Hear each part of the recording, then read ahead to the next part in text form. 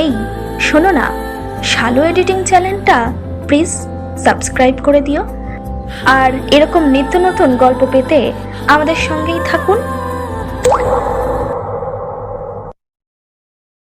মাথায় আকাশ ভেঙে পড়ল পিপাসার। মস্তিষ্ক হুট করেই অচল হয়ে পড়েছে, পুরো শরীর যেন অসাড় হয়ে গেছে। কোনো মতে দেওয়াল ধরে নিজেকে আটকালো, চেয়ারে বসে হতবাক মুখে আওড়ালো। পিরোজপুর। টানা ঘন্টাখানেক বাথরুমে থাকার পর বের হলো স্পর্শী। হাঁটু ছোঁয়া লম্বা চুলগুলোকে তোয়ালে দিয়ে জড়িয়ে নিল। মা টেবিলের কাছেই আনমনে খাবার বাড়ছে, ত্রস্ত পায়ে সেখানে গিয়ে বসলো। নিজের প্লেটে ভাত বেড়ে মায়ের উদ্দেশ্যে বলল, তরকারি দাও।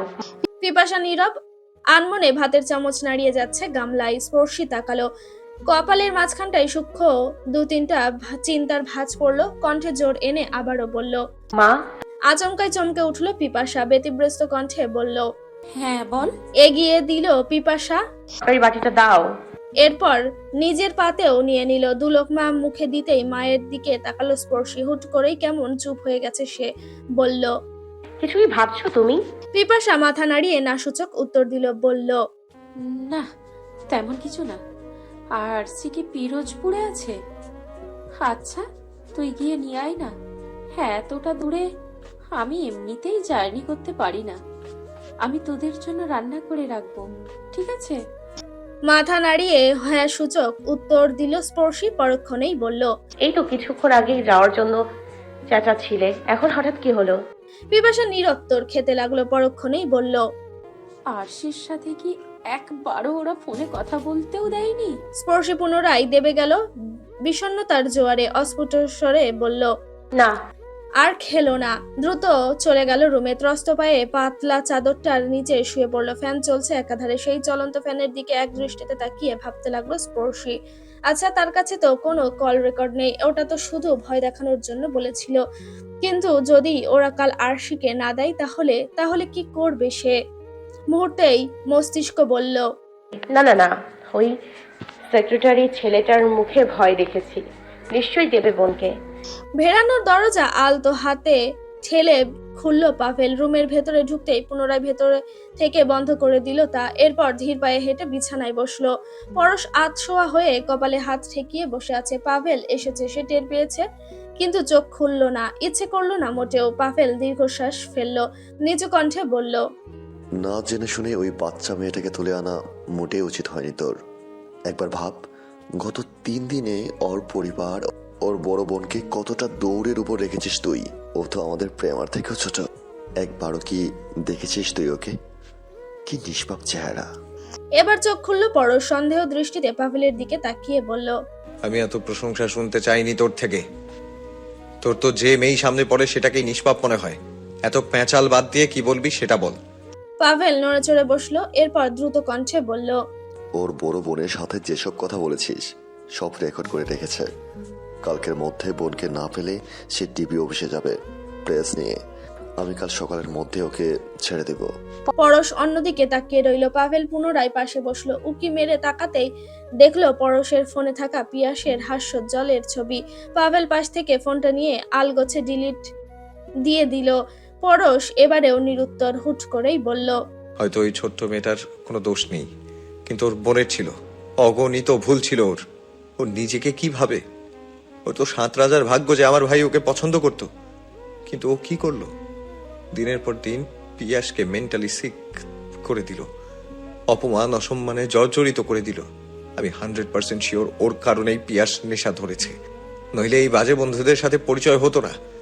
ওই সাদা চামড়ার এত দাম, ইচ্ছে করছে এসিড দিয়ে পুরো শরীর জ্বালিয়ে দেই।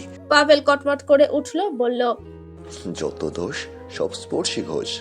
আরে নেশা করেছে তোর ভাই, সেখানে ওই মেয়েটার কি দোষ? ও বোনকে পুরো 3 দিন আটকে রাখলি, পুরো সমাজ কতটা কলঙ্ক লেপে দিবে ওই ছোট্ট শরীরটাকে তুই জানিস? ওর বড় বোনকে খুনি বানিয়ে দিলি, 2 দিন জেলে ঢুকিয়ে। ওই মেয়েটারও সম্মান আছে, তুই বল। আচ্ছা, আমি বুঝলাম না তুই ওই মেয়েটাকে নিয়ে এতটা ভাবছিস কেন? খাওয়া নেই, নাওয়া নেই, ঘুম নেই, তুই তো ভুলতেই পারছিস না মেয়েটাকে।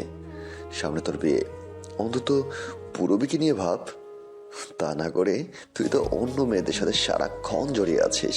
কটমট করে উঠল পরশ, পাশ থেকে চার্জারটা ছুঁড়ে মারলো পাভেলের দিকে, দাঁতে দাঁত চেপে বলল, বের হয় এখান থেকে। সারা রাত নানা জল্পনা কল্পনার পর ভোরবেলায় দু চোখ বন্ধ করেছে স্পর্শী। ফলস্বরূপ সকাল 7:30টায় ঘুম থেকে উঠতে পেরেছে। দ্রুত চিত্তে বাথরুমে ছুটলো, ফ্রেশ হয়ে পোশাক চেঞ্জ করে মায়ের কাছ থেকে বিদায় নিল।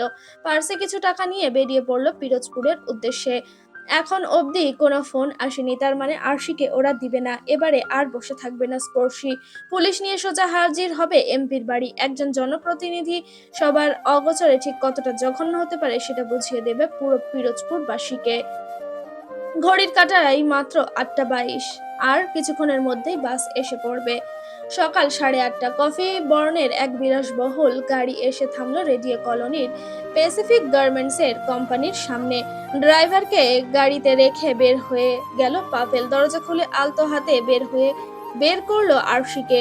আলতো হেসে বলল, এখানে?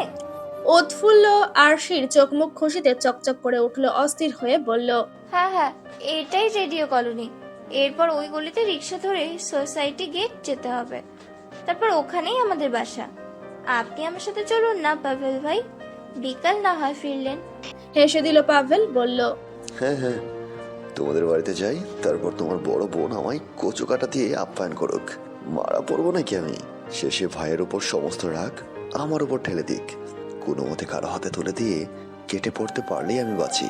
হেসে দিল স্পর্শী, বলল, আমার আপু ভীষণ ভালো, কিন্তু একটু বেশি রাগী, আর মুখের আগে হাত চলে, এই জন্য অনেকেই ওকে ভয় পায়। আমাদের কলোনির বেশিরভাগ উঠতি বয়সের ছেলেপেলেরা ওকে লেডি গুন্ডা বলে, কিন্তু আপু এসব জানে না, ও বেশি ব্যস্ত থাকে সব সময়। তবে আমার আপু ভীষণ সুন্দরী, ওর চুলগুলো একদম মেঘের মতো, অনেক লম্বা, কিন্তু ও একটুও যত্ন নেয় না, সবসময় মাথার উপর একটা পাগলা বোয়াতির মতো খোপা করে রাখে। পাভেল ব্যতিব্যস্ত কণ্ঠে বলল, এই থামো থামো, এত প্রশংসা করো না তোমার আপুর নামে। শেষে দেখা গেল প্রেমে পড়ে গেলাম। মুহূর্তে আকাশের ঘন কালো মেঘ হানা দিল আরশির মুখ জুড়ে। কথা বলাটা যেন থেমে গেল আপনা আপনি। গাল ফুলিয়ে অস্ফুট স্বরে বলল, আপনি কেন আপুর প্রেমে পড়বেন পাভেল ভাই? পাভেল হাসলো। এই মুহূর্তে তারা ওভার ব্রিজের ওপর দাঁড়িয়ে আছে। জিজ্ঞেস স্বরূপ বলল, কেন প্রেমে পড়তে পারি না? আরশির রাগ হলো, ভীষণ রাগ হলো। কেন আপুর প্রেমে পড়বে পাভেল ভাই? কেন তার প্রেমে পড়বে না? নাকের পাটাতন ফুটিয়ে বলল, আপু প্রেম করবে না, আর ওর বিয়ে হয়ে গেছে অলরেডি। এইচএসসি পরেই বিয়ে দিয়ে দিয়েছিল মা, কিন্তু বেশি দিন টেকেনি, 3 মাসের মাথায় ডিভোর্স হয়ে গেছে ওর। সেই সাথে ও কোনো ছেলেকে সহ্য করতে পারে না। জানেন, ও দুলাভাইয়ের মাথা ফাটিয়ে দিয়েছিল ফুলদানি সুরে। হেই এভরিওয়ান, আসসালামু আলাইকুম। নিত্য নতুন ভিডিও পেতে আমাদের সঙ্গে থাকুন। পরবর্তী পর্বের জন্য অবশ্যই অপেক্ষা করবেন। দেখা হচ্ছে আবারও নতুন কোনো ভিডিওতে।